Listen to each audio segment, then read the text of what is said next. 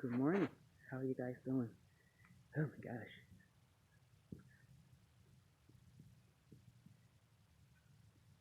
Very sunny out.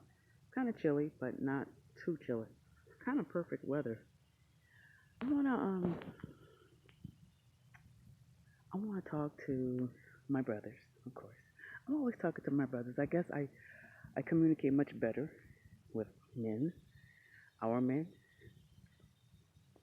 than with our women. I guess because I grew up pretty much in a household full of men. Spent most of my teenage years more or less with my dad, my brothers. I have no sisters. So I'm kind of used to dealing with men, talking to men. My approach and demeanor sometimes can come across a little um, brusque sometimes. I have that part of me that I get from my mom that's very nurturing, very caring, very sweet, very kind. Um, but I also have some of my dad in me. And my dad is he's a pretty cool dude. But he taught me how to be tough. He taught me how to not ever give up. And so I say all that to say that come across a little brusque. I had a lot of my dad's rearing and just bluntness. Anybody who knows my dad knows that he's blunt, no filter. I've never known my dad to have a filter ever. I love it, and so I get that from him. Um, which is why I kind of say to myself because when people get to know me and I open up and I start talking to you and dealing with you on a personal level, the filter is gone. And I find that that's even more so real and true in my life the older I get.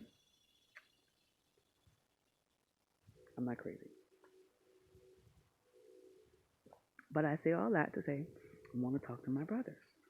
Um, oh my gosh. You know, the older I get, the more I get so upset when I see just how the enemy has really done so much damage to black men. Um, especially being a mother of two men and a grandmother to two grandsons.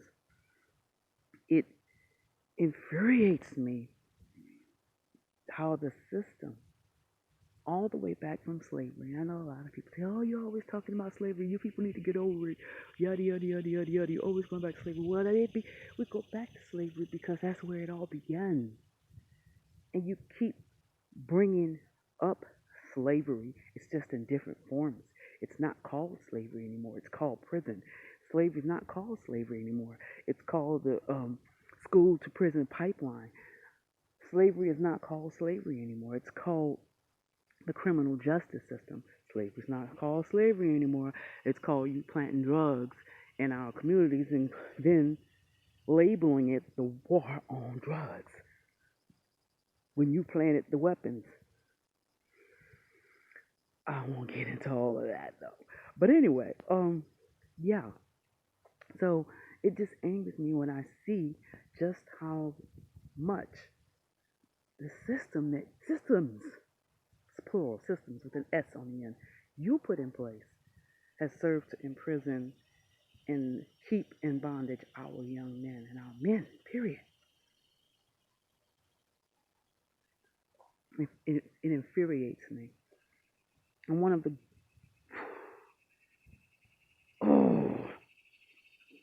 of the ways that you've done that is through the act of breeding. Our men now feel like the only way that they are men, and they base their manhood and their masculinity on how many women they can sleep with, how many children they can sire, their sexual performance. That stems from breeding, the act of breeding. And during slavery, if you're not aware of your history, check it out. It's ugly, but it's necessary to know, for everybody to know what this country was truly founded on. And it wasn't Christian values either. Um, breeding during slavery, because for every black person in slavery that the slave masters had, they made money off of them. So in order, they couldn't go back and go to the coast of Africa and go kidnap us anymore. So how did they get more slaves?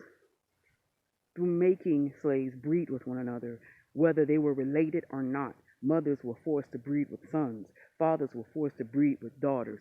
Cousins were forced to breed with cousins. Siblings were forced to breed with one another.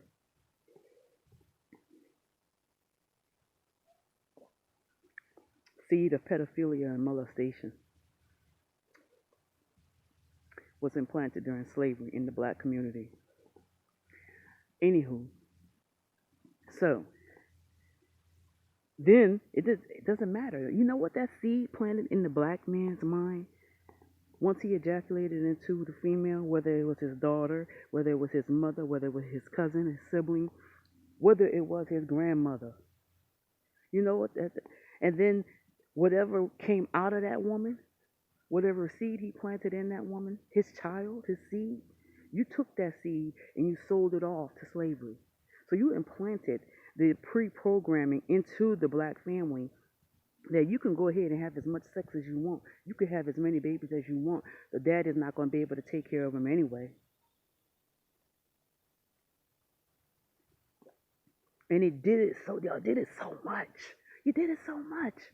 Till now, they're autopilot, auto breed mode. They got to keep breeding. They feel like, this is what I've been programmed to do for centuries, so I can't get out of it now. I can't stop it. I can't stop. I got to have 20 babies mamas now. It does not bother me if I have 60 kids and I didn't have a hand in raising most of them. Where did that come from? That came from you, Mr. White Man. Or rather, more specifically, that came from your people, your forefathers, and your ancestors. So yes, it is still being perpetuated today.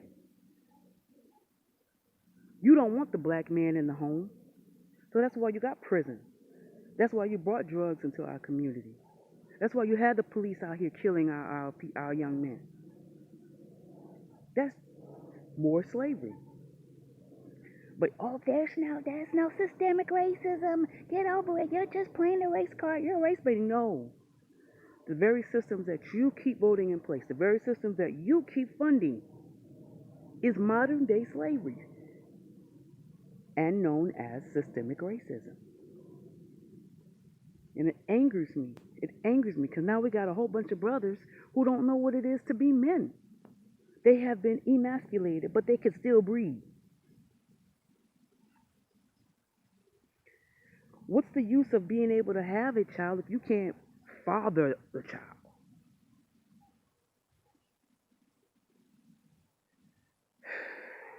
It's deep. It's deep.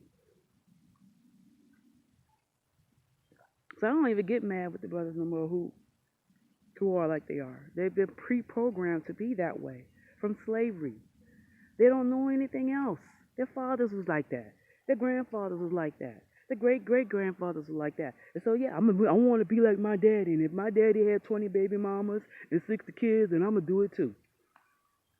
Because that's what being a man is all about.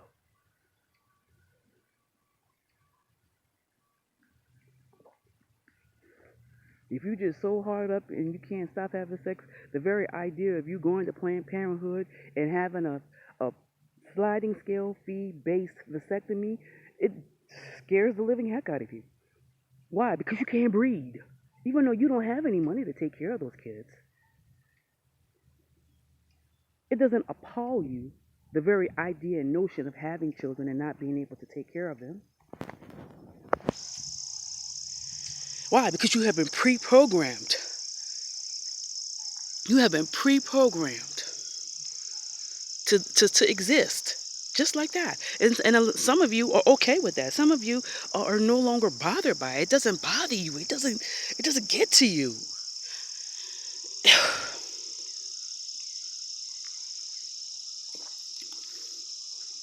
That's why we can't find no black men to go out there on the streets and go get our sons and our daughters off the streets. Go get them off the pole. Go get them out the trap house. No, you're too busy breeding.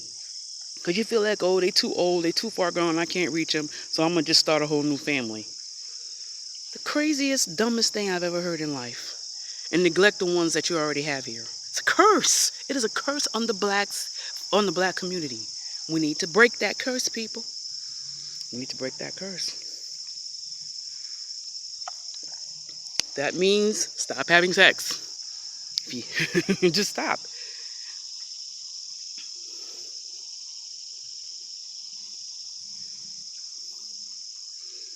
If you are able to bring a child into the world, you need to stop having sex. If you're able to have a child, but you're not able to take care of that child, then you don't need to be putting yourself in a position to go get a child. I stand by what I say, especially in this day and time. These young girls are talking about, oh, he's sorry. He a deadbeat. He's sorry. You knew he was a deadbeat and he was sorry when you went and grabbed him out the trap house and slept with him. You knew he was sorry, or you should have known he was sorry when he was selling dope to your friend. Excuse me. You knew he was sorry when he slept with your sister or your best friend. So, sister, that's on you.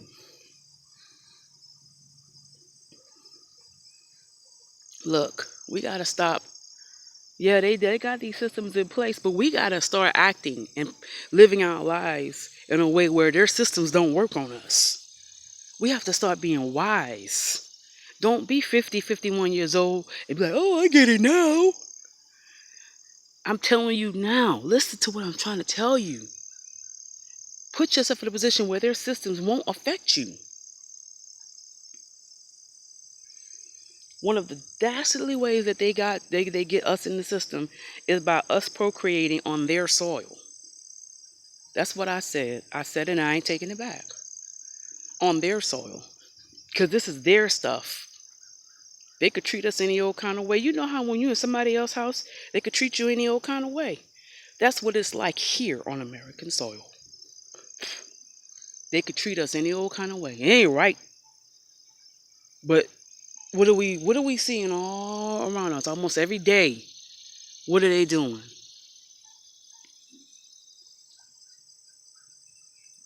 And don't want you to get mad about it. Don't want you to react. Don't want you to protest. They don't want some of their own to protest.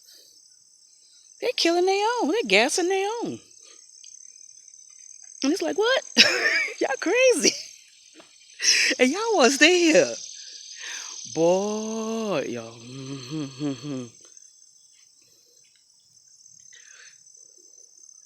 You want to find out some ways that we could beat the system? You need to hit me up. Message me, inbox me, leave a comment if you want. If you think I'm just some crazy woman that don't have nothing else better to do, go ahead and ignore me. But about 10 years or so from now, if we still around, you're going to see how I knew exactly what I was talking about. Y'all have a great day. Be safe.